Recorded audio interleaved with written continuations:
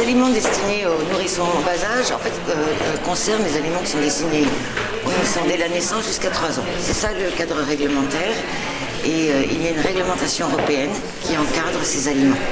Alors il y a une réglementation qui distingue, qui encadre les préparations destinées aux nourrissons, c'est-à-dire les préparations premier âge et les préparations deuxième âge. Et il y a une législation spécifiquement dédiée aux aliments de diversification. Dans le cadre de cette réglementation, il y a une réglementation sur les céréales infantiles et les aliments pour bébés.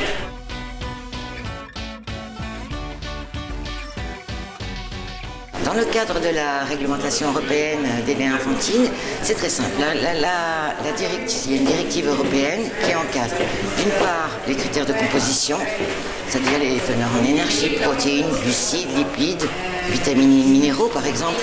Il y a les laits infantiles contiennent 13 vitamines et 13 minéraux. C'est obligatoire. Donc ils établissent les minimums à respecter et les maximums à ne pas dépasser. Idem pour les autres nutriments comme les protéines, glucides, lipides. Et elle fixe également des critères de qualité, c'est-à-dire des teneurs spécifiques à respecter sur les produits finis en termes de nitrates, pesticides, contaminants, métaux lourds. Les règles sont vraiment adaptées à la fragilité du nourrisson puisque c'est un être immature. Du côté aliments de diversification, ce sont les mêmes principes, des critères de composition qui encadrent les teneurs en protéines, glucides, lipides et certaines vitamines et minéraux. Là, on n'a pas 13 vitamines et minéraux parce qu'on est en période de diversification. Donc la législation européenne a pris compte qu'on a des apports via les autres aliments. Et elle fixe également des contraintes très sévères en termes de qualité. Et pour les deux catégories, les deux directives européennes ajoutent les règles d'étiquetage de ces préparations de manière à permettre aux parents d'avoir des conseils d'emploi et de pouvoir utiliser ces aliments dans les conditions qu'il faut respecter. Et ce que l'on peut ajouter sur la réglementation des aliments destinés aux nourrissons et enfants en bas âge, c'est que la particularité, c'est que seuls les aliments qui sont conformes à la réglementation ont le droit d'être commercialisés en prétendant qu'ils sont destinés aux nourrissons enfants en bas âge. Alors, pour répondre à la question sur les laits thérapeutiques, en fait, d'un point de vue réglementaire, il s'agit des aliments destinés à des fins médicales spéciales. Donc c'est une réglementation à part. C'est une réglementation qui encadre les produits destinés à des patients qui souffrent de maladies, de troubles de la digestion.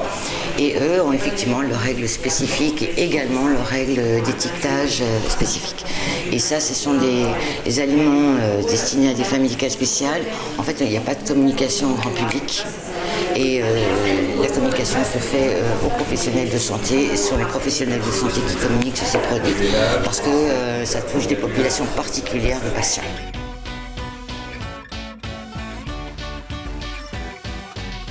En France, de manière traditionnelle, ces laits thérapeutiques sont vendus en pharmacie et les seules contraintes réelles que l'on a, ce sont les laits thérapeutiques premier âge doivent être exclusivement vendus en pharmacie. Mais la tradition fait qu'on vend, ces aliments-là sont vendus en pharmacie parce qu'il y a besoin d'un conseil médical. Leur particularité, c'est qu'ils ne peuvent être utilisés que sur conseil médical. Souvent on entend prescription médicale, mais c'est conseil médical. Ce n'est pas les parents qui les choisissent tout seuls. Et donc c'est pour ça que le réseau pharmacie est celui qui est choisi aujourd'hui. Dans beaucoup de pays européens également, les réseaux santé, parce qu'il y a ce conseil médical qui peut être apporté par le médecin, par le pharmacien.